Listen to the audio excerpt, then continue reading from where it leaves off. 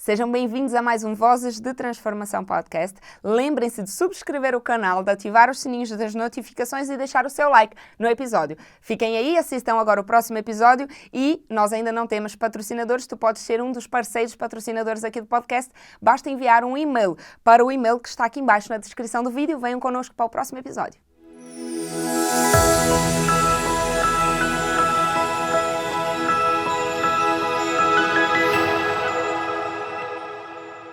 Sejam bem-vindos a mais um episódio de Vozes de Transformação. Esse é o nosso 10º episódio. Eu começo em português, mas eu já vou migrar aqui porque a minha convidada hoje vem do outro lado, assim como eu, vem do Brasil. Uma querida amiga há muitos anos. E vamos falar sobre a sua vida. Edilene, seja bem-vinda. Edilene Gualberto, muito grata por estares aqui hoje. Muito obrigada. E eu vou contar um pouquinho para vocês da Edilene, porque assim, Edilene não me enviou a sua apresentação. Eu costumo ter sempre de antemão a apresentação, né, para ver como ela gostaria de ser apresentada, mas acho que é mesmo isso, ela autorizou, então eu vou dizer como é que eu conheci a Edilene. E eu conheci a Edilene já há uns valentes anos atrás, acho que quando o Afonso nasceu, mais ou menos, há quase 6 anos, porque ela falava essencialmente na internet sobre maternidade. Então ela falava sobre maternidade, sobre alimentação dos filhos, que acho que é uma coisa que nos preocupa sempre muito, os lanchinhos saudáveis, ideias de lanchinho. E a Edilene era aquela mãe que a gente sonha em ser, na altura que ela fazia os lanchinhos com carinha, escrevia na banana, fazia, eu lembro, e eu comprei um e-book dela naquela altura, eu tenho ainda, tá? O e-book tá lá no Hotmart. Acho que foi dos teus primeiros produtos digitais, não foi? Sim. Nessa altura. E a página chamava Etc. e Mãe, né? Entretanto, passados muitos largos anos, a Edilene foi migrando e de repente eu ouço ela dizer assim, estou indo morar em Portugal. Eu falei, calma, calma, o que é que tá... Oh, alto! E aí ela casou e veio para Portugal. Foi assim, uma coisa. E a gente se encontrou pessoalmente aqui, porque a gente não se conhecia, né? E a gente encontrou aqui pessoalmente, portanto, acho que apresentei a trajetória bem, né? É isso. Então, eu que agradeço. Muito obrigada, é um prazer estar aqui. É sempre um prazer contar uma história pessoal, contar uma trajetória e todo o processo pelo qual a gente passa. E só complementando um pouquinho tudo que a Larissa disse. Deixei. Então, eu sou advogada já há alguns bons anos. Pouquinho, você é jovem, jovem. Já era advogada no Brasil, tenho 3 filhos. Então, hoje as crianças estão com 10, 12 e 15. Mas nessa época das lancheiras, a Estela era bebê. Sim. O Theo tinha 2,5 e o Zé tinha 6. Era a fase que você tava ali, né? Foi quando o meu marido me deu o Etc. e Mãe de presente. Porque eu falei que eu não conseguiria mais trabalhar com 3 filhos. E aí ele falou, então vamos falar sobre isso. Vamos falar sobre essa maternidade, sobre esses partos completamente diferentes que você teve. E aí a gente criou juntos o Etc. e Mãe, que eu comecei a escrever o blog e as redes sociais. Até que 4 anos depois nós decidimos mudar para Portugal. O Etc. e Mãe acabou virando um espaço para falar um pouco sobre Portugal. E depois de 1 ano eu me inscrevi na Ordem dos Advogados de Portugal também. E passou a ser de Etc. e Mãe, todas as redes para Edilene Gualberto. Que é o teu nome. Que é o meu nome e que é a minha assessoria migratória. E aí eu virei para falar completamente de Portugal, de como é viver em Portugal, de como é planejar essa mudança e todo esse processo. E falar um pouco do meu trabalho. Que é assessorar brasileiros que vivem em qualquer lugar. Que você faz agora, né? Isso. Assessora brasileiros para chegar em Portugal. Não necessariamente eu assessoro quem mora no Brasil. Então, mas 95% dos meus clientes são brasileiros, mas que vivem nos Estados Unidos, no Canadá, na Espanha, na Alemanha, enfim, vivem em qualquer lugar e querem vir para Portugal e contratam o meu trabalho, toda a parte documental, vistos, nacionalidade, assessoria jurídica imobiliária, inclusive, revisão de contrato, assinatura por procuração, matrícula escolar infantil, matrícula em universidade. Eu vou seguindo. Gente, vocês têm que seguir. Como é que as pessoas te acham? Para eu não me esquecer, como é que as pessoas te acham, então, nos teus canais? Quais são os teus principais canais? Tá, os principais canais. Então, o Instagram é o Edilene Gualberto mesmo, então, @Edilene Gualberto. No YouTube vai me encontrar como @Edilene Gualberto em Portugal. E o meu site é o www.morandoemportugal.com.br.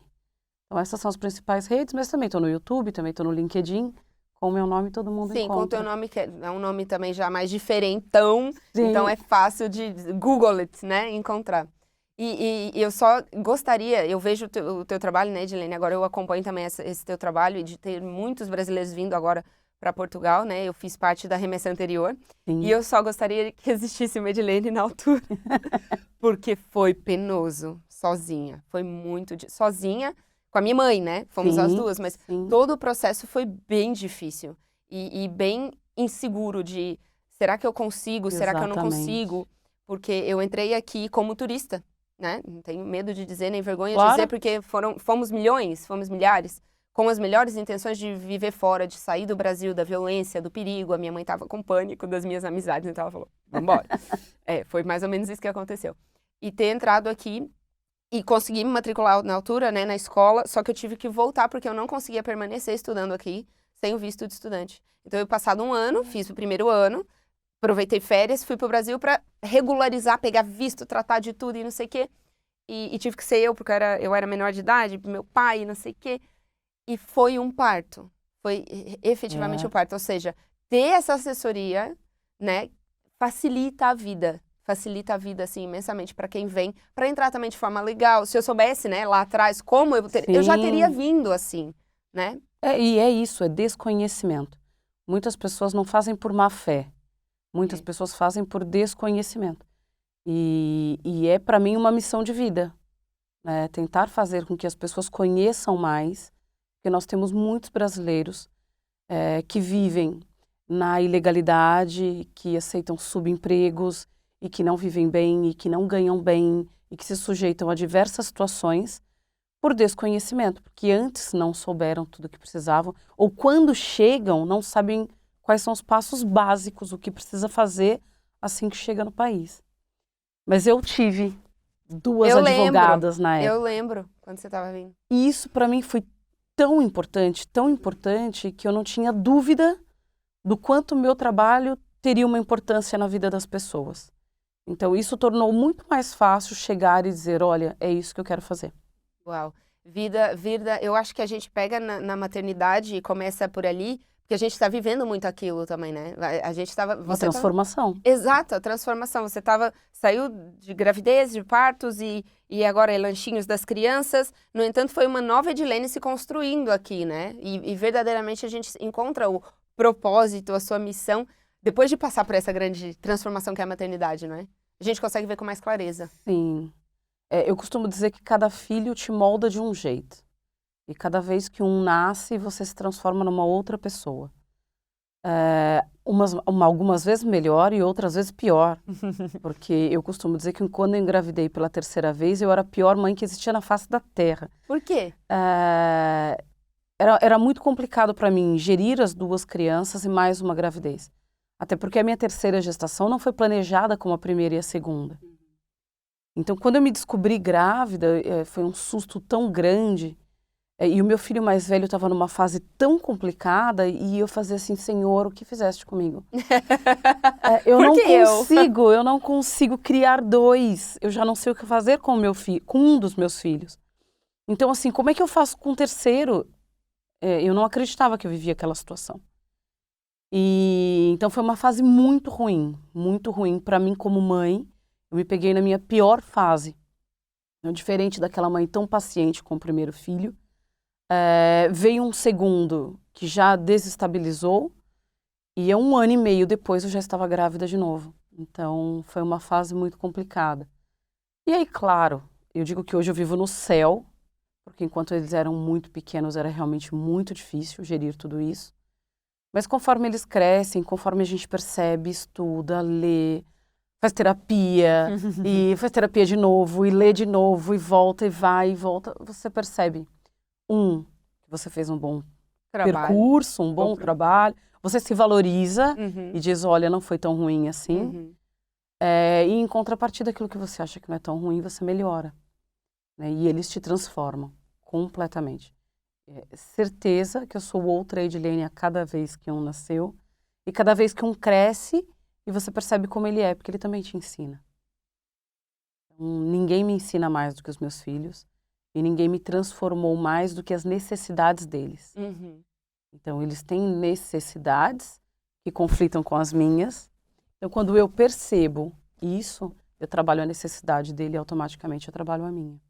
Brutal, né? O que os filhos podem fazer conosco também. E as pessoas dizem muito, né, que a vida acaba. Ui, engravidou, vai ter filho, você já não vai poder fazer isso. É muito essa síndrome, né? A tua vida acabou. Você ter filho, acabou, não vai fazer mais nada. E eu sinto e digo sempre isso. A minha vida verdadeiramente começou quando eu me tornei mãe do Afonso. Porque eu passei de filha, né, de menina, para mãe, para mulher. E acho que essa transição, ela é muito exigente para nós. Mas ela também é muito, sei lá, fugaz, fogarenta, assim, dá uma vontade. E já há um ditado, né, cada filho traz um pão debaixo do braço. Ela te dá uma gana, uma vontade de ação, que é o que me traz até aqui hoje, né? É o que me tem movimentado, que é. Não é o porquê, é o porquê. Né? Quais são os meus valores principais, o que é que eu quero passar para os meus filhos, o que é que eu quero viver. E como eu entrava aqui numa pergunta que eu tenho sempre curiosidade, né? Porque pessoas que eu vejo casadas durante tanto tempo, com 3 crianças, que eu sei como é desafiante esses anos, né? Eu gosto de falar sobre isso também, a persistência e a perseverança do casamento. Como é que foi isso para você? Como é que é essa trajetória para você e para o seu marido? Nós fizemos 22 anos juntos. Esses dias, que dia hoje? Ele vai dizer assim, ela não Foi há sabe. 2 dias. Então, nós fizemos 22 anos juntos. A vida já, né? Um amadurecimento. Sim. E nós fomos morar juntos muito rápido. Então, com 1 ano, nós já morávamos juntos. E o nosso primeiro filho veio quando nós tínhamos 5 anos de casado. Eu engravidei, ia fazer 5 anos. O primeiro nasceu, que é o Zé. Nós estávamos com 5 anos e tal de casados. Eu costumo dizer que muitas pessoas já me perguntaram se o casamento era melhor antes ou depois. Agora já é muito difícil dizer, né? Porque meu filho vai fazer 16 anos no mês que vem. Então é bem complicado lembrar de como era o casamento antes dos filhos. E olha que nós achávamos que tínhamos ficado muito tempo casados até vir o primeiro. Mas na época eu dizia assim, não é melhor nem pior, mas é completamente diferente. Completamente. A vida só os dois tem valores também maravilhosos. Era muito bom, era muito importante, nós tínhamos uma rotina muito bacana. E os filhos quebram isso. Mas quando é uma gravidez completamente planejada e desejada, essa quebra não é uma quebra ruim. Então, foi uma quebra que queríamos, que estávamos preparados e queríamos viver intensamente, inclusive. Nós vivemos intensamente cada noite sem dormir. Eu mais, né? Porque o marido dormia bem, mesmo com choro. Mas, para mim, e ao longo do dia, enquanto eu precisava dormir, ele vivia intensamente o chão, o brinquedo. Tinha muito mais paciência do que eu, por exemplo, nessa hora. Então, foi diferente. Mas eu percebo que nós nunca deixamos de fazer coisas por causa das crianças. Nós fomos incluindo as crianças na rotina. Nós gostamos de jantar fora, então ele vai jantar fora com a gente. O que ele tem que comer aqui para que a gente consiga jantar bem? Uma porção de batata fritas. Então era uma porção de batata fritas que a gente ia pedir e ele ia comer uma porção de batata fritas junto com o suquinho. E eu ia jantar sossegado. E o teu valor que você estava dizendo, muito importante, é liberdade. É liberdade. Isso as terapias ao longo dos anos vão te mostrando, os valores mudam, mas eu percebo assim muito claramente que a liberdade, para mim, é uma coisa sem preço. E os filhos tiram um pouco isso. Tiram, e tiram por muitos anos. Hoje eu tenho uma liberdade diferente. Então, hoje eu tenho uma liberdade de sair, de viajar, de trabalhar 12 horas por dia quando eu preciso. Eles já ficam sozinhos, os meus filhos. Olha, então vocês vão ficar porque eu preciso ir ao mercado, ou porque eu quero ir em algum lugar que eles não querem ir, porque nessa faixa de idade eles Agora não eu reclamo querem. que eles querem vir junto, daqui a pouco eu vou reclamar que eles querem me separar. Você fala assim, mas vamos, fulano convidou, vai ter um churrasco, vai ter um almoço. Eu não quero, mãe. Não tem nada para fazer lá. Poxa, mas Caraca, a pessoa contou com preparada, 5 Edilene. juntos. Ai, não tô pronta. Não, vai você. Os 3 já fazem isso, já a Estela já não quer ir conosco. Não quer. E aí O maior questionamento é, os meus irmãos não vão, por que você é obrigada a ir? Começou uma fase de, você tá me obrigando a ir? Mas eles podem ficar em casa? Exato.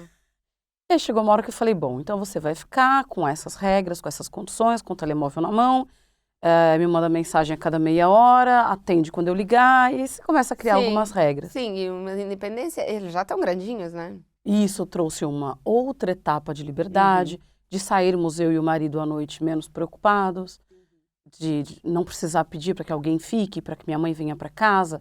E quando eu te conheci, quando você veio pra cá, tua mãe que te dava esse suporte, né? Sim, e continua a dar. Sim, Sem sombra de dúvida. Ela continua e ela vem para casa. Mas a necessidade é outra, né? Completamente diferente. Porque às vezes ela diz, olha, mas vocês vão não sei onde as crianças. Ficar Sim, sozinhas. vocês vão ficar sozinha, daqui a pouco trazer o namorado cá em casa e a gente está só desesperando. Isso. Quando eu penso que eu falo assim, ai, chega de carro de 7 lugares, eu já posso ter de 5. Aí eu falo assim, bom, mas daqui a pouco eu vou ter genros e noras e já tem amigos para levar. E eu acho que eu vou ter que continuar com 7 lugares, senão daqui a pouco uma carrinha. É, mesmo. Caixa aberta lá atrás, vão todos lá atrás, tipo, mesmo. Então, o casamento, voltando à questão do casamento, o que eu acho é que essa liberdade também muda o casamento. Então, o casamento passa por fases. Agora, tem que ter muita estrutura e muito amor. Muito trabalho, né, Edilene? Sim, eu acho que hoje, por isso muitas pessoas hoje se separam, bastante facilidade, inclusive, porque muita gente não está preparado para isso. Não está preparado a dividir, não está preparado não comunica. É isso, não conversa e a esposa fica ali com o filho, às vezes o marido trabalha o dia todo e aproveita para trabalhar à noite, nem quer voltar para casa. E você percebe isso, as pessoas fogem. Não sabem lidar. Daquela obrigação. Ou outras mergulham tanto que só vivem aquilo e não conseguem separar um tempo para o casal, não veem qualquer necessidade. E quando você vê o caminho, um tá para cá, o outro tá para cá, não se encontram mais. Então, eu acho que você precisa de muito amor, muita estrutura, muito amadurecimento, que é para passar por essas mudanças e entender que é uma fase. Que nada dura para sempre. E você acha agora uma coisa muito importante, que é isso, quando eu penso que eu tô lá vivendo essa fase, né, intensa, eu penso assim, daqui a pouco isso acaba. É a gente sobreviver a essa fase, é igual um recém-nascido. Quando você estava falando, planeou bem a gravidez, foi 5 anos depois de casada, eu já estava com o Pedro há 2 ou 3 anos, e nós casamos, e eu queria muito estar grávida no meu casamento para contar para minha família que vinha do Brasil. E aí, eu tentei, aí não deu certo a primeira vez, só que, no entanto, eu vim descobrir que eu casei grávida. Depois. Ah, olha só. Eu casei, eu já estava grávida do Afonso. Então, eu não sei, não vivi essa fase de lua de mel, de estar muito tempo casada antes de ter filhos. Não vivi, por escolha. Tipo, tá tudo certo, a gente quer filho agora. É isso, quer filho. É uma opção. Exato, a gente quer filho, a gente quer filho, a gente quer filho, a gente quer muito filho, quer muito bebê. Só que depois dessa coisa, a gente romantiza muito um bebê. Acho que no primeiro, principalmente, da minha experiência e do que eu observo com as famílias que eu acompanho, é muito isso. É a romantização do primeiro filho. E depois esquecem que pode vir um segundo, ou ainda tem um casal, e ainda tem outras coisas. E é a romantização que é tudo muito fofinho, mas o filho trabalha pra cacete. E o primeiro ano é surreal. O segundo pra vida. Pra mim, que o valor é a liberdade. Sim. O primeiro ano... Sobrevivi. É de sobrevivência. Tanto que eu dizia, eu queria muito uma menina. E eu tinha certeza que eu ia ter um casal. Mas parece que estava escrito nas estrelas. Era assim a minha vida inteira. Se eu casar, porque essa era a minha conversa. Se eu casar e se eu for mãe, eu vou ter 2. Porque eu era filha única e eu dizia que eu jamais ia fazer isso com os meus filhos. A Larissa também é filha única, era filha única, né, por muitos anos. Eu sou filha única de pais. Agora eles têm filhos, porque eles separaram-se e eles têm filhos. Mas por muitos anos. Sim, o Felipe, eu tenho 23 anos de diferença para o meu irmão mais novo. Mais novo não, para um dos meus irmãos. Então, e eu lembrava que eu dizia, Sim, fui filha única. Eu vou ter 2, porque eu tenho que ter 2. Pra brincar e brigar, né? Não, e assim, porque eu achava que a minha carga com a minha mãe era muito grande, porque só eu. O meu pai morreu muito cedo, eu não tenho pai desde os 4 meses de idade. Então, fomos sempre só nós duas. Então, além de ser filha única, a minha mãe não tinha um companheiro. E eu falava assim, não, os meus filhos terão irmãos. Terão, eu vou ter mais... E aí eu jurava que ia ser uma menina e veio o Theo. Você falou, deu errado o meu plano, foi eu meu preciso... primeiro processo terapêutico, foi entender que não era uma menina e que vinha um menino.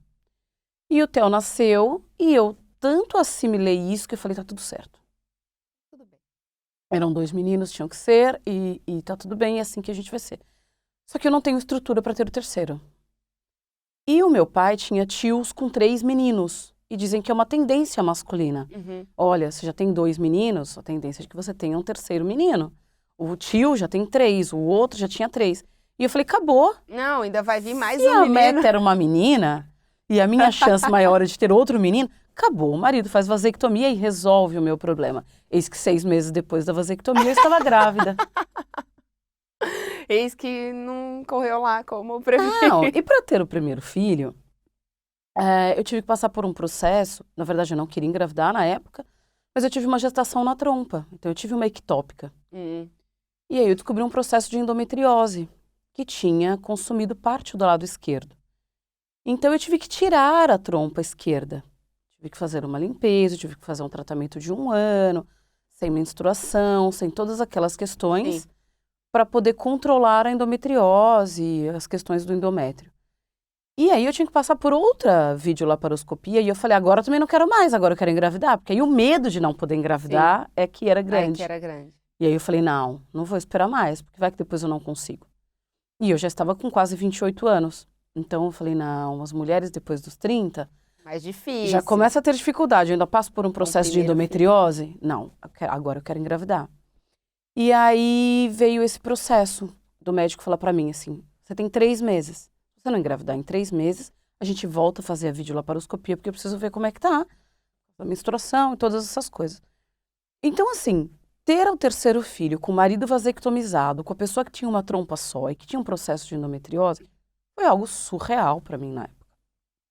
Então, passar pelo primeiro ano das crianças, e eu dizia, olha, se eu quiser uma menina, eu vou adotar. Deixa o Theo ter uns 3, 4 anos e nós entramos para a fila de adoção. A fila de adoção leva uns 2 anos e nós pegamos uma menina com uns 4, 5 anos. Por quê? Porque eu pulo essa etapa. Eu pulo essa etapa completamente dependente de mim.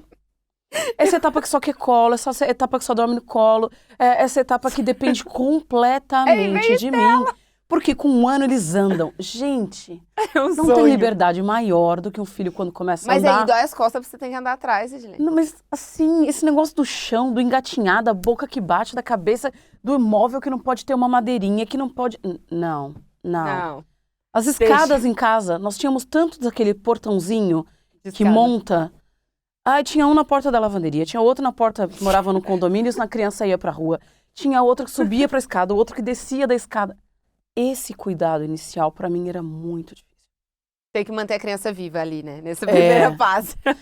E aí, pronto, veio a Estela, não tinha o que fazer. E é só aquela pessoa que gosta de colo. Que é o mimo em pessoa, que é um carinho total, que é completamente diferente dos irmãos.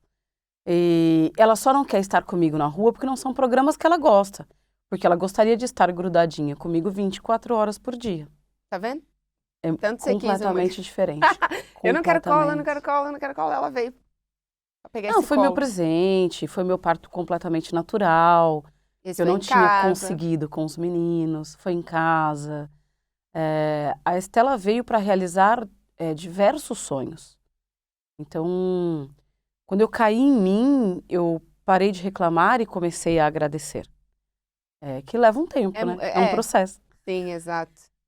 Porque quando você tá no fundo, no poço, assim, lá embaixo, você só quer desesperar. Tem nada de gratidão aí que resolve. Eu só chorava. Eu lembro que eu fui fazer um ultrassom, porque eu tinha um pedido de ultrassom de rotina. E a eco, como dizem cá em Portugal. Exato. Uma eco. Fui fazer.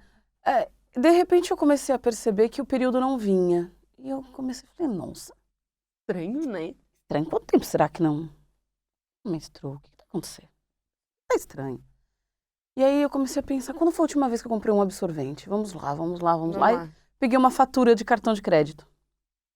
Falei, olha, porque eu comprei a última vez naquele mercado X, mas eu não vou sempre lá, então deve estar na fatura. Aí eu olhei... 2 meses. 2 meses. Você descobriu com 2 meses? 2 meses que eu usei absorvente da última vez. Eu falei, não, tem alguma coisa errada. Endometriose, tá aí o problema. Não, tô com alguma doença, mas eu tinha certeza, eu tô com alguma doença. Pronto, eu vou morrer. E o Paulo tava numa viagem a trabalho, chegou um dia à noite e eu falei, nossa, eu preciso daquele remédio pro estômago porque eu tô passando muito mal. Ele descobriu logo? Ele desconfiou? E aí ele falou pra mim, o terceirinho. Aí E eu você olhei falou, pra cara deles meio vou te surtada, do matar. tipo, um terceiro e você é um homem divorciado com 3 Exato. filhos. Só que aí no dia seguinte, aí eu comecei, Teve- será? Será? Não é possível. Não é possível. Ele queria? O Paulo sempre...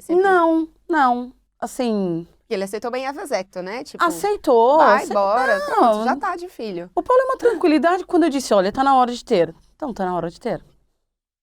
Ai, Quando eu gente, disse, olha, já passou muito do prazo, tá na hora de vir o segundo. Então tá bom. estou pronto para o jogo. Vamos fazer lá o sacrifício. E aí, quando ele falou isso, e eu entrei na fatura e falei pra ele, faz 8 semanas que eu menstruei a última vez. Você não controlava isso, Edilene? Não Senhora? mais. Eu digo Sim. pra você que a vida era muito difícil naquela época com os dois. Então você não tinha nem Eu cabeça já, pra parar de pensar. não, já quase não tinha sexo em casa. Exato! Agora chegou onde eu queria! Brasil! Portugal! É isso! Você tem um filho de 5, você tem um filho de 1,5, você tem um de 5 que parto. te deixa com os cabelos em pé o dia inteiro. Aquela criança que fase, vem pra gente. te mostrar o que você Você é. precisa ver. E assim, o José, ele batia aqui assim, ó, o dia inteiro. Não, Afonso. não vou, não quero, não manda em mim. manda Nada em ele mim, fazia. gente, não manda em mim. Nada. E aquela mãe que acha que controla tudo, que manda em tudo e que não mandava em nada, Nada. não sabia o que fazer com aquilo. Ia controlar a menstruação. Exato. Que ok. período eu estou? Não tinha controle. Exato. E aí eu falei pra ele... vamos cá, uma parte. Não tinha controle, mas tinha uma vasectomia, menos Uma uma trompa. Aí você vasectomia, não tem uma tava trompa. descansado. Eu só engravido mês sim, mês não. O sexo em casa já era praticamente mês sim, mês não. Como? O marido fez Marcado a na- vasectomia. Como? Exato, sem dormir, privação de sono. E aí eu falou, comecei a cara. ler qual era a chance da vasectomia não ter dado certo. Tá. Aí comecei a ler. Google. Por quê? Nesse sossego do marido, ele não fez o último exame que o médico mandou. Ele era na paz. E o médico disse, Tá, precisa de não sei quantas ejaculações para acabar o que tem, e aí zera. E aí fazes o exame, confirmamos, e vida que segue. Ele trocou de emprego, ficou sem plano, aí ele só conseguia fazer o exame muito longe de casa, começou um outro trabalho, não conseguia sair ao longo do dia, desmarcou o exame várias vezes, passou 6 meses. Não tem mais nada nisso aqui. Eu tenho um monte de amiga que o marido nunca fez exame. Não tem como dar errado comigo. Eu já nem consigo engravidar praticamente. Não faz sentido. A chance é de 1%. E o organismo pode ter 2 canais, eles dizem que pode ter 2 canais diferentes. O próprio organismo refaz aquele canal. Então o médico corta e ele levou os canais para casa, viu? Tanto que coloca num potinho e entrega. Olha, mostra pra esposa que tirou mesmo. Eu que fazia curativo. Então, assim, ninguém me enganou. Eu entreguei e peguei Exato. de volta na clínica. Eu entreguei na clínica, eu trouxe de volta da clínica, eu recebi o potinho e eu fiz curativo nos pontos. Então tá tudo bem. E aí eu disse pra ele, olha, tem 1% de chance dessa vasectomia não ter dado certo. Mas eu tenho uma eco de rotina pra fazer e eu vou agendar. Agendei 2 dias depois, as crianças estavam em casa, não sei, acho que era período de férias. E aí eu agendei e pedi pra minha prima. Minha prima trabalhava comigo, e aí eu falei pra ela, ao invés de ir pro escritório, você me encontra ali porque eu preciso fazer um exame. E ela foi comigo, que exame que é? Eu falei, um ultrassom. Mas de que é? De rotina. De rotina. Mas tá tudo bem? Acho que sim. Tá ótimo. E entrei pra fazer o exame. É de rotina? É. E o médico já sorria. Por que é? Então, porque eu acho que faz 8 semanas que não desce pra mim. Mas é de rotina, porque o marido é vasectomizado, eu tenho uma trompa só, então eu só tô um pouco preocupada com o que seja. Então é uma gravidez. Não, senhor, maluco? mas como assim? Não. Mas e se for? Eu não digo? Não diz. Sério? Não diz. Não diz. E eu lembro que tava um frio na sala, aquele ar-condicionado ligado. Ele falou, eu vou começar pela mama, é isso? Faça aí da mama. Faça na mama. Agora eu vou fazer o outro, tá bem. E aí ele não falava mais nada mesmo. Aí você falou pra ele E aí não falar? tinha uma assistente, e ele começou a medir, não sei quantos centímetros, não sei quantos milímetros, né? Saco vitelino, não sei quantos milímetros. Aí eu só fiz... Você só fala assim, putz. Aí de repente ele só faz pra mim, presta atenção. Tuc, tuc, tuc, tuc, tuc, tuc. Como é que foi? Chorava. Eu Você chorava. tava desesperada. E ele fazia pra mim, não chore, não chore. Tem tantas mulheres que saem daqui, que quer ouvir isso. E você conseguiu. Mas eu não posso. Não tem estrutura agora emocional pra lidar com isso. E ele tentava acalmar, tal. 9 semanas. Aí você chegou em casa. Aí tava de 9 semanas. Aí eu fui direto pro salão. E eu lembro que eu mandei um áudio pra uma amiga, porque nós tivemos filhos praticamente juntas. Ela engravidou e eu engravidei. Ela engravidou de novo, eu engravidei depois. Nossos filhos têm idades Você muito tá grávida, parecidas. por favor. E eu só mandei um áudio pra ela, olha, por favor, eu preciso de alguém que vá comigo de novo, porque eu não tenho a menor condição de passar por essa fase sozinha. E ela falava, minha amiga, eu não tenho a menor intenção de mas eu te ajudo. Aí você queria outra grávida, que é pra lidar tudo. Mas eu te ajudo. E o marido, na paz do Senhor? Paula, tô grávida! E ele nasceu. Não chora! Como não chora? A gente cria, porque não é você. Você não vai gerir 9 meses. Você não vai parir de novo. Você não fica em casa, você não amamenta, não é você que passa a noite acordada. Eu só chorava. Claro. Aí eu cheguei no salão da minha mãe. Minha mãe tinha um salão de cabeleireiro. Cheguei no salão assim, eu só entrei. E ela fez pra mim, tá tudo bem, tá tudo bem. Tudo bem. Até falei E ela olhou para as clientes assim, ela foi fazer um ultrassom transvaginal. Espera só um pouquinho. Certa de que tipo? A Edilene descobriu um cancro. Um cancro. E eu chorava e eu não conseguia falar, e eu chorava e eu não conseguia falar. Lá, menina, pelo amor de Deus, você vai me matar. O que aconteceu? Eu tô grávida! Gente, tem história pra contar, pelo menos. E aí ela fazia pra mim assim, Lívio, para com isso, que susto que você me deu. Eu tô imaginando a tua mãe. Mas é um filho.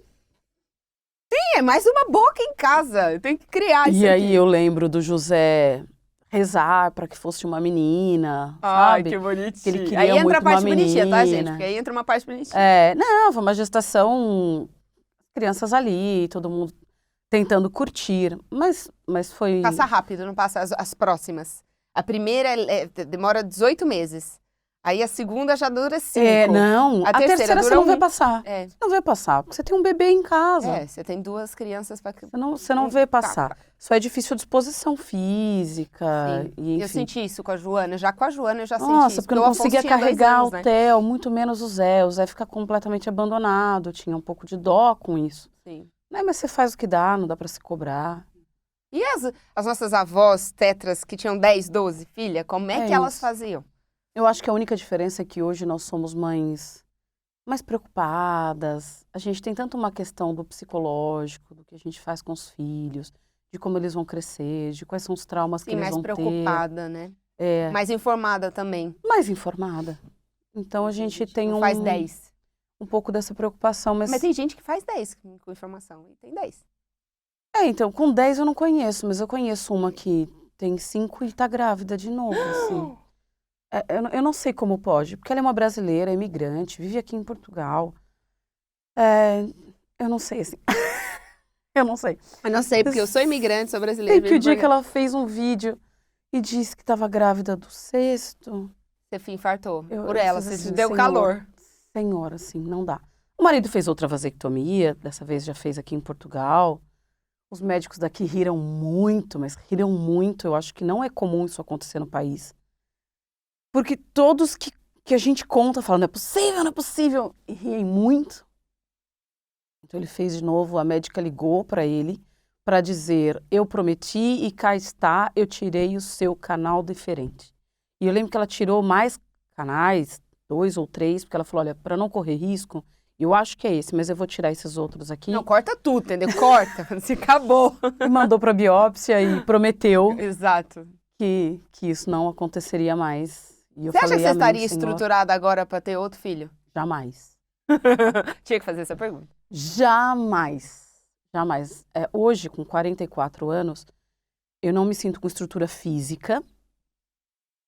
Eu certamente ia ser uma avó, porque hoje eu tenho um cachorrinho, gente. E eu já não consigo dar bronca no cachorro. Olha que isso é verídico, tá?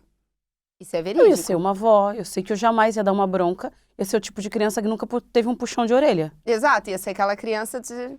É. Faz o que você quiser, senhor. É isso. Eu limpo sua bunda até você ter 25 Até anos de idade. porque, com a disposição física que eu tenho hoje, ele certamente ia fazer o que ele quisesse.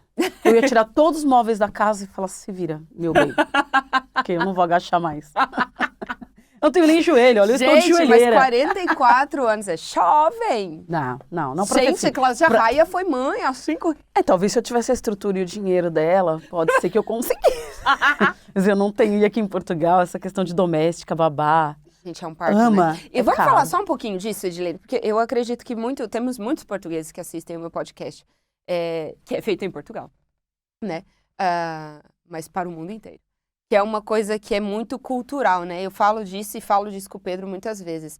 Nós temos uma cultura de babá, de empregada, que é sul, né? É latina, é sul-africana, que é ter isso em casa, ter isso de forma corrente. Eu não sei se só tem a ver com a questão do dinheiro, de ser mais caro, né? Que você paga em 1.000 euros, lá você paga R$1.000, e a proporção é diferente, porque o salário é diferente, mas eu vejo muito isso, dessa cultura nossa de ser de empregada. Como é que tu vê isso aqui? Como é que você lida com isso aqui? Como é que os brasileiros que chegam aqui com essa mentalidade, que eu já estou trabalhada aqui há 15 anos, né? Mas quem chega agora, como é que é? Como é que lidam com isso? Eu estou em Portugal há 5 anos. Daqui 10 dias faço 5 anos aqui. E o que eu percebo é que é efetivamente de cultura e não de falta de dinheiro. Uhum. Tá? Então, assim, primeiro, o brasileiro, a gente acaba, apesar de sermos ex-colônia portuguesa, nós somos muito americanizados. Uhum. Então, uma coisa certa, no Brasil, se nos Estados Unidos tem, vai para o Brasil. Então, a gente distanciou muito de uma cultura europeia. Muito. Eu só vi a babá, a ama aqui, vestida de branco, na rua, em algum lugar, de famílias brasileiras, aqui em Portugal. Sério? Eu, Edilene, nunca vi uma ama com uma família portuguesa. E não é por dinheiro. Não, gente, tem gente com muito dinheiro. Tem gente com muito dinheiro. E quando a gente chega naquela área, por exemplo, do North Shopping, que tem uma ala infantil, de roupas infantis, que tem todas aquelas lojas lindas de roupas infantis e caras, e que tem ali um brinquedo grande, você vê que são famílias ali que têm condições financeiras e que estão comprando coisas caras, mas você vê as crianças ali sendo cuidadas pelos pais. Mas você não vê a babá ali sentada. Eu, Edilene, gente, no Brasil nunca muito vi. isso. Até as novelas mostram isso, né? As pessoas que estão assistindo mostram mesmo isso, né? A babá com o casal, A babá, babá com o casal. em todos os lugares no Brasil, você tem alguém de branco com as crianças. Isso vira um sonho de consumo. Nem todo mundo tem dinheiro para isso. Exatamente. Mas você banca. Exato. Porque uma outra cultura do brasileiro é eu vou dar um jeito. E eu vou ter. Nossa, eu sou assim, cara. Eu vou ter e eu vou comprar e eu vou pagar. Já o português Sim, já é mais... costuma ter um controle. Uhum. Pelo menos os que eu conheço. Uhum. Programam, guardam, têm medo da crise. Sim, o brasileiro é mais louco. Não fica sem a reserva, quer ter imóveis, sabe? Quer ter propriedades, quer ter bens. O brasileiro, nem todos. Nem todos. E a questão de se aparecer. E pelo menos eu que sou de São Paulo, você tem que é uma questão muito forte. Você é o que você tem. Você está com as pessoas de acordo com aquilo que você tem. E isso é muito complicado. Então, eu tinha 3 filhos, eu tinha uma pessoa que ficava meio período com as crianças em casa e eu tinha uma pessoa que fazia faxina 2 vezes por semana. E ainda assim eu era aqui, atolada, porque eles estudavam meio período, as escolas lá não são integrais. Não é... Uma coisa que aqui em Portugal é fantástica é as crianças até o 4º ano poderem ficar na escola das 9 às 5 da tarde e ainda pode entrar mais cedo ou sair mais tarde. Ainda tem horário os alargado, ATLs, né? os horários... Então, Nós não tínhamos isso lá. Sim. A escola era meio período. Mas lá é cultural de ter. Aqui, não é só preço. Tem as AMAs, mas eu acho que é mais para crianças de até 3 anos, quando os pais pagam. Porque a AMA vai equiparar com a creche, com o berçário. Que é o que é muito difícil ter vaga aqui. São as maiores filas de espera. Tá, tem uma grande procura por AMAs. Sim, porque cada vez mais os berçários estão lotados. E nem só. E não abrem novos, eu não vejo novos. Sim. Eu não vejo aqui uma cultura dos novos comércios, das novas construções. Eu chego em São Paulo a cada 2 anos. Tá tudo diferente. Cada prédio é um comércio diferente. Eu falava, gente, mas aqui não era, não sei o quê. Ah, fechou. Ah, fechou. Aqui era uma padaria. Ah, virou uma loja de carros. Gente do céu. E aqui você não percebe isso. É cultural, Edilene. Aqui existe uma coisa longeva, temporal. Então, se aquilo ali é uma loja de carros, e ela deve ser uma loja de carros Até. uma vida inteira. E deve ir de pai para filho. Ela deve ir muito tempo. Eu gosto disso. Não, e eu não acho que seja ruim. Sim, eu tô dizendo que eu brinco sempre que eu sou uma... Quando todo mundo descobre que eu sou brasileira, né? Fala assim, você é brasileira? Eu falei, fake. Fake news. Porque eu já me sinto, e sempre me senti muito bem aqui. Muito bem recebida aqui, e muito entranhada na cultura. Que é uma coisa que eu gosto muito. Por exemplo, eu vou pro Brasil, eu fui há 200 anos atrás, eu fui ao Brasil, que eu já não vou há muito tempo. Mas quando eu cheguei no Brasil e vi na casa da minha avó o almoço, cada um pegando seu prato e sentando um em cada ponta, ah, já acabou, já comeu, ah, nem deixou comida para o próximo, ah, comeu o feijão todo. Aí eu falei, cara, que povo doido! Que isso aqui? Vamos pôr a mesa! Que é uma coisa que para mim é muito importante. É nós colocarmos a mesa, nós jantar. Ah, mas eu não... que a minha mãe diz que a minha mãe ainda tem essa coisa, né? Tipo, eu não janto. Porque não é muito hábito brasileiro sentar, o hábito do brasileiro comum. Talvez a classe superior. No dia a dia, na correria. Na correria não se janta. E pra mim aqui, cara, tem que ter a mesa, tem que ter as cadeirinhas, o pratinho e não sei o quê. Não é um volante. No Brasil é volante, né? É cultura. É isso, é cultura. Mas eu gosto muito dessa coisa da... Eu acho que isso nos traz, que talvez seja um dos meus valores. Pode não parecer que eu sou meio afogada, mas que é segurança. Sim. A previsibilidade. Saber que aquilo vai estar ali. E passados 5 anos eu volto naquele restaurante que eu fui há 5 anos atrás e é o mesmo restaurante com o mesmo senhor. Mesmo dono, com as mesmas pessoas. Exato. Eu gosto muito disso. Acho que isso também nos traz essa segurança, essa pertença. E aí, o que eu percebo em relação à AMA? É isso, assim, se ninguém tem... Pra que eu vou ter? Se ninguém vai para um restaurante com uma pessoa cuidando do filho, por que eu vou? Uhum. Então, assim, não existe o hábito. Mas olha uma Ninguém coisa, se aculturou. era aqui que eu queria chegar. As pessoas não têm a AMA, não levam a AMA para o restaurante, que é o que a gente vê no Brasil, os babás. Vê-se muito a terceirização. Sim. Vê-se muito a terceirização, é muito cultural. Em África igual. A terceirização dessa parte, né, do cuidado do filho. Mas aqui substituíram por tablet. O que você acha sobre No Brasil isso? não é diferente. Sim. Mas é AMA e tablet? É AMA e tablet. Gente, É. eu não tô pronta para ir pro Brasil. Porque essa questão tecnológica, ela é muito forte e a pandemia trouxe isso numa avalanche. Eu percebia que antes da pandemia ainda existia uma tentativa maior de controle. Depois da pandemia, na minha casa, por exemplo, degringolou. Eu não tinha o que fazer com 3 filhos trancados dentro de casa por 2 anos. Eu precisava trabalhar. O meu marido precisava trabalhar. O que eles tinham? O computador para assistir aula, a TV para assistir as aulas. PlayStation, né? E aí eles iam pro videogame, aí eles iam conversar com as pessoas, aí eles iam jogar e qualquer coisa do tipo. Foi aí que eles entraram nas redes sociais. Então, o meu mais velho fala, nossa, é o meu primeiro telemóvel velho, não sei o quê, eu tinha 12 anos. A minha irmã com 10 já tem um telemóvel com 128 mega, com não sei o quê. E aí eu falei assim, então, você não passou... Primeiro, que é o avanço da tecnologia... Não dá tempo, você não vai dar um Nokia azulzinho, né, de joguinho da serpente. Segundo, foi a pandemia. Eu lembro que eles ganharam no Natal, no ano da pandemia. E o que para mim é muito complicado hoje, eu sigo muito perfis de parentalidade e e leio muita coisa. E eu tento equilibrar o que é hipocrisia e o que é a prática. O que é a realidade de cada família. Uhum. Porque para mim é muito fácil alguém chegar e falar, uma criança de 12 anos não pode passar de 2 horas de tela. Mas na escola, agora, o raio do computador é entrar na sala de aula. Entra na sala de aula. O meu filho, já no 9º ano, podia levar o telemóvel para a escola e usar em algumas aulas. Ah, hoje é aula de moral. Ah, na aula de moral a gente vai fazer pesquisa. Todo mundo no telemóvel.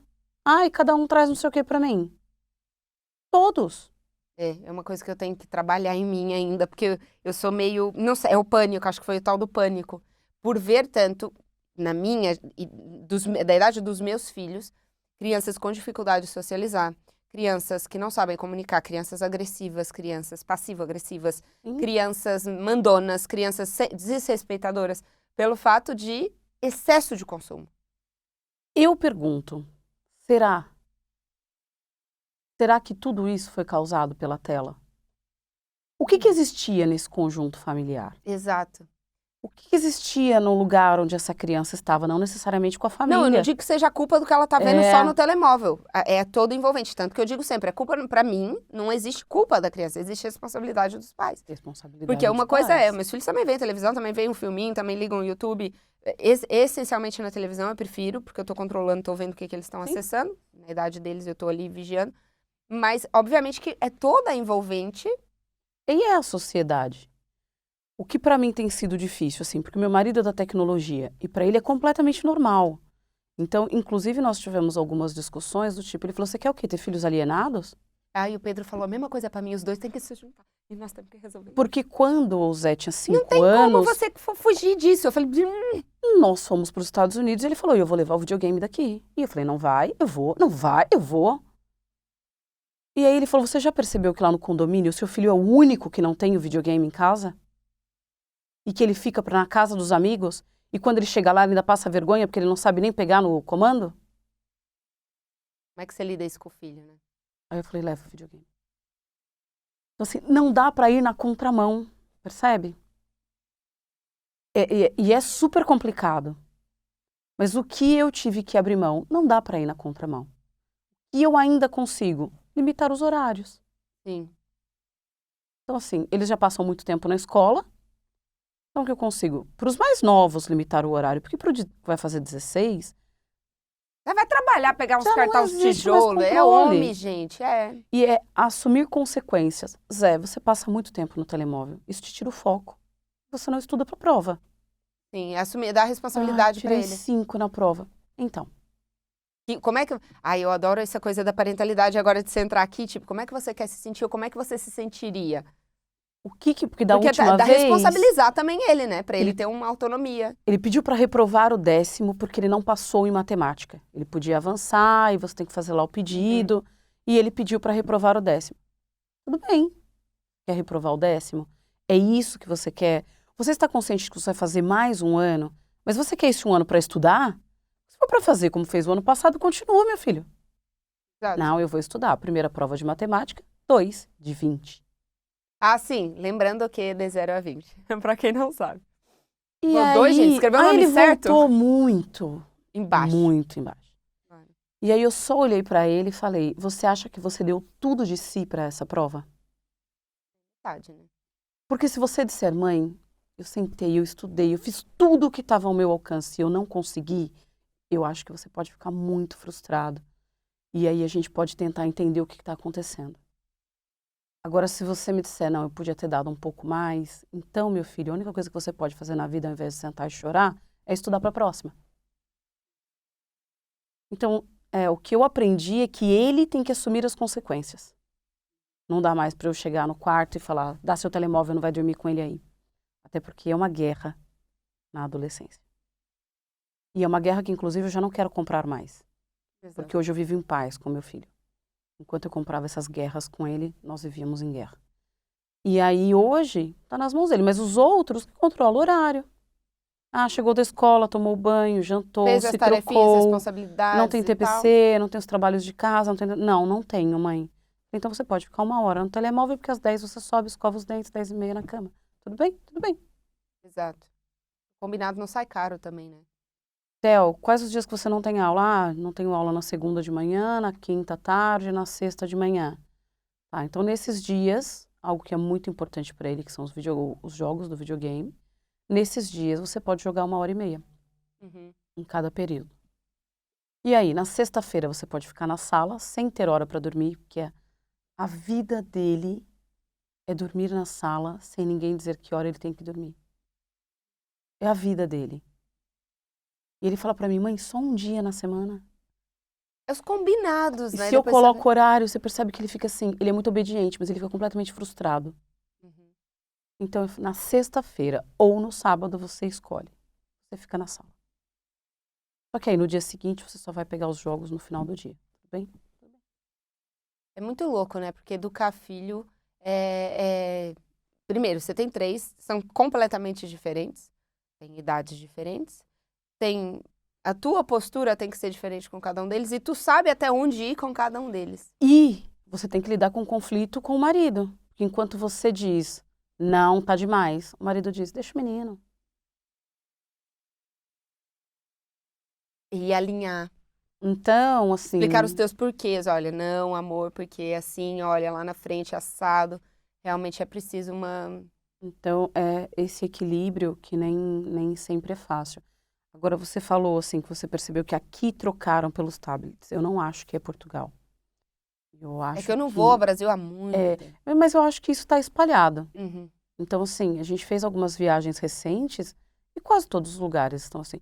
Porque todas as pessoas têm necessidade de sentar, de comer e de fazer com que o filho fique quieto. Todo mundo tem essa necessidade em algum Mas momento. dá pra perceber, gente, que as crianças muito pequenas não vão ficar. Por isso é que eu acho que... É por isso que eu prefiro a batata frita. Exatamente! Não, mas sabe o que eu acho, Edilene? É isso, nós, e tô falando contra mim, a minha geração não tá pronta pra ser pai. Se quer sossego e paz e almoçar tranquilo, não tenham Não filhos. tenham filhos. É isso. Todo mundo ri quando eu saio com a mochila dos carrinhos e dos cavalos. Eu falo, é a minha forma. Eu prefiro. E Porque cada ele um tem que fica aqui. descobrir a sua. E cada um tem que descobrir a sua. Tá, mas eu não Quanto continuo tem aí? não coordenando, não combinando. Quanto tem a idade dos seus filhos e eles ficam com o cavalo, com os carrinhos, Exato. tá tudo bem. Vai mudando também, Vai, Edilene, vai chegar uma hora que você vai sair com amiguinhos, com amigos da idade Eles dele, brincam. E que tem o outra amiguinho vai estar no telemóvel, que ele vai começar a olhar e te pedir. E aí talvez seja a sua fase de mudar. Cada um vai passar por uma fase. Quando os amigos estiverem falando de jogos, que o seu não souber nada, você vai passar o que eu passei. Uhum. Quando meu marido diz, só que só o seu filho não sabe pegar num comando. Não, mas aí eu acho que eu vou ter que lidar, não é com o filho. É que o pai tá querendo, entendeu? O pai tá querendo botar essa desculpa na criança. Mas eu fiquei com o meu psicológico assim, meio abalado. Eu me coloquei no lugar do meu filho, de quando eu era criança, ia na casa de algumas amigas que tinham muito e eu não tinha nada. E que eu queria muito ter. E aí eu pensei, meu filho não precisa passar por a mesma sensação que eu passava. Uhum. Então, se ele não vai ter um videogame porque eu não quero, por conta de ideais Sim, meus. sim. E assim, não porque ele não pode, né? Não porque ele não o merece. Zé nem é a criança dos jogos, tá bem? Nem é. De longe. O negócio dele é filme, série e música. Ele perde muito tempo porque ele não consegue terminar uma temporada. Isso sim é a vida dele. O inglês dele é fluente e ele aprendeu sozinho. Por conta disso. Já o Theo tá aprendendo inglês nos jogos. O Theo, com 1 ano e meio, dominava um tablet. E eu era a mãe que não gostava dos eletrônicos na mão das crianças. Só que era o seguinte, se ele visse assim em cima, ele já chegava. Sim, eles têm um radar, né? Eles sabem. É surreal. E o Theo é desses. Eletrônicos, Sabe é do que aí QI você elevado, é do nota 20 em tudo. O Pois. Theo é desses. Mas aí, Edilene, eu acho que tá aí outra coisa que é muito peculiar. E pra gente fechar aqui, meu Deus, senão... também olhar, e já falei sobre isso aqui, acho que até no último episódio com o Ricardo Couto, nós falamos sobre estar atento às características de personalidade dos nossos filhos. Não adianta eu também tirar uma criança da tecnologia se você já vê que a inclinação natural dela tá para ali. Né? Não adianta eu tirar da dança se eu tô vendo que a criança é ali, da comunicação se eu tô vendo que a criança é ali. Depois é muito mais fácil para nós direcionarmos. Né? Se eu tenho um miúdo que gosta mais de mexer com máquinas e desmonta peças e não sei o que, é mecânica, é mecânica. Tá atento a isso, depois vai sendo mais fácil toda essa condução e menos guerra. Porque não dá pra você criar os 3 sem tablet, ou os 3 com tablet, porque se calhar eles nem querem. Sim. o 8 ou 80, né? Cada um tem a sua postura. E valores de cada família. Não dá. O que acontece na minha casa vai ser diferente da sua. E quando a gente fala dos perfis de parentalidade e tal, às vezes eu já tive fases em que eu me sentia uma merda, literalmente, quando eu lia tudo aquilo e falava que mãe eu sou. E hoje eu tô numa fase de dizer, isso não aplica a todo mundo. Cuidado com a forma como você fala. Por quê? Porque eu sei que as pessoas que falam também estudam há muitos anos isso. E falam com muita propriedade, pelo menos as que eu sigo. Mas não dá para impor, não dá para chegar lá e falar, olha, o seu filho faz isso porque você não faz isso e aquilo. Sabe por que o seu filho tá assim? Porque você deixa ele ficar ali. Porque você tem que controlar, fazer isso, ir pro chão, brincar com ele. Porque se você quiser tirar, você tira. Porque você tem que estar lá, você tem que propor os jogos, você tem que sentar junto, você tem que brincar junto. É isso que você quer. E tem mãe que tá disposta e disponível e tem tempo. E tem aquela que não tem tempo, que não está disponível, ou que não gosta, como eu, por exemplo. Eu tive que aceitar que eu não sou a mãe do brincar no chão. E quando a Estela quer estar comigo, nós vamos para o shopping, a gente assiste um filme, a gente vai fazer um bolo. Sim, você não fica brincando de Barbie. Eu não sei brincar de boneca.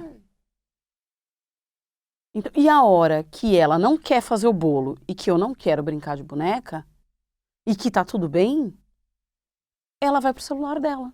Ela pega o telemóvel, assiste os vídeos dela e eu falo, filha, agora eu preciso terminar a janta e daqui a pouco a gente se encontra na mesa. Nos encontramos na mesa e acabou os eletrônicos para todo mundo. Conviver. E aí a gente cada convive. dinâmica, cada família tem. Cada vez que eu estudo mais isso, eu percebo isso também, né? Tipo, não existe uma verdade absoluta. Não. Eu acho que é muito importante para que ninguém se sinta mal, frustrado, incompetente. Olha para você. Eu já tive aí nesse lugar também. Eu já tive nesse lugar de ver a vida perfeita dos outros na internet, né? A grama do vizinho tem um verde tão bonito. Só que depois aí a gente sai da rede social e vai conhecer a dinâmica daquela família presencial. Eu falo isso porque algumas pessoas eu conheço depois no fora, né? O teu caso e tal. E depois você vê que aquilo que estava ali, afinal, ok, é sim porque isso aqui tá... ok. Então vejam, façam esse filtro também. Né? Nem é tudo cor-de-rosa, nem é 8 nem 80. Né? E acho que é isso, vai mudando consoante as fases. Eu entrei na escola a primeira vez que fomos ver a escola dos meninos, eu entrei e eu passei nessa minha postura muito rígida de sem tela, sem tela, sem tela, sem tela, sem tela. Mas afinal, em casa vem televisão, mas é sem tela, sem tela, sem telemóvel. E eu ainda mantenho, porque meu telemóvel é meu trabalho, então no meu telemóvel não. Vem uma fotografia no máximo, uma música do Spotify e acabou. Mas eu entrei na escola e passo pela sala, terceira série, quarta série, não sei o que, passo no corredor e todos os meninos com o computador sentado na mesa. E dá-me assim um treco, eu olho pro Pedro e falo, ok, não dá pra fugir. A não ser que eu vá para o meio da aldeia e a gente more no mato. E a gente eduque com cabras. Eu tô disposta a isso? Nem lixando. É isso. Ok, então eu tenho que sucumbir a isso agora, a tal coisa, com os cuidados devidos ao acesso a. Sim. Porque a maturidade também deles precisa estar um pouquinho mais avançada para eles conseguirem lidar com o que vem dali. É a tal coisa que a gente vê muito hoje. E você vai sentir quando o seu filho precisar disso. Sim, e acho que isso dava outro podcast aqui, nós temos que terminar, né? Meu Deus. Mas é sobre essas questões do bullying, que agora não tá só na escola, vem para casa junto com as crianças. Eu acho que isso também me preocupa, sabe? Mas é a tal coisa, vamos fazendo processo aqui até... E vai aos poucos, porque não tem muito jeito.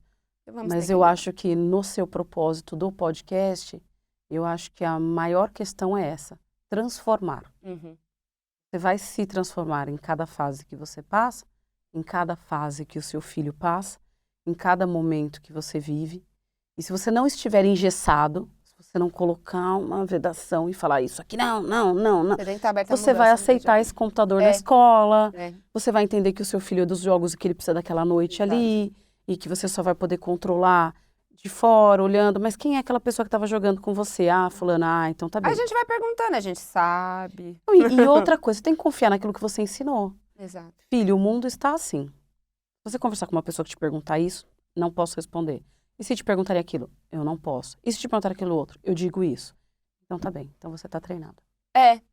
É um treino. É nossa responsabilidade.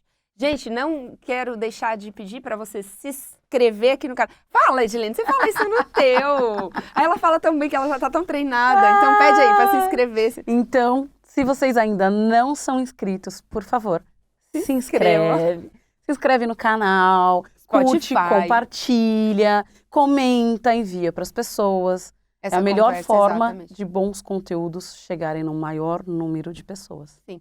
E eu não posso deixar de... Esse podcast está sendo gravado na segunda, sairá nessa sexta-feira, que já vai faltar exatamente uma semana para isto aqui acontecer. Um mapa, maternidade, paternidade e família, nosso evento sobre parentalidade em Portugal, para abordar muitas dessas questões aqui, muito aprendizado, muita transformação. Cada uma dessas pessoas que vão estar conosco passaram, falar sobre relacionamento de casal, falar sobre os desafios com os filhos, a sexualidade, a educação, a saúde mental. Eu acho que é tudo tema que está assim, ó. Sim. Então, se você quer estar conosco daqui uma semana, vai aqui no link aqui embaixo, compra o teu bilhete na Bol e venha participar conosco desse grande evento, onde vamos ter aí essa malta. Tá ali ou tá aqui? Tá aqui, né, Thiago? Tá aqui para mostrar o nosso cartaz. Então venha, esteja conosco no mapa, espero vocês lá e até o nosso próximo episódio. Edilene, muito obrigada, meu amor, porque senão a gente fica aqui até amanhã, com certeza. Não é? Um beijinho, que agradeço. Muito obrigada por ter estado aqui e sigam ela nas redes sociais, vai ficar aqui embaixo também, para vocês conhecerem mais o trabalho. Um beijinho e até o próximo.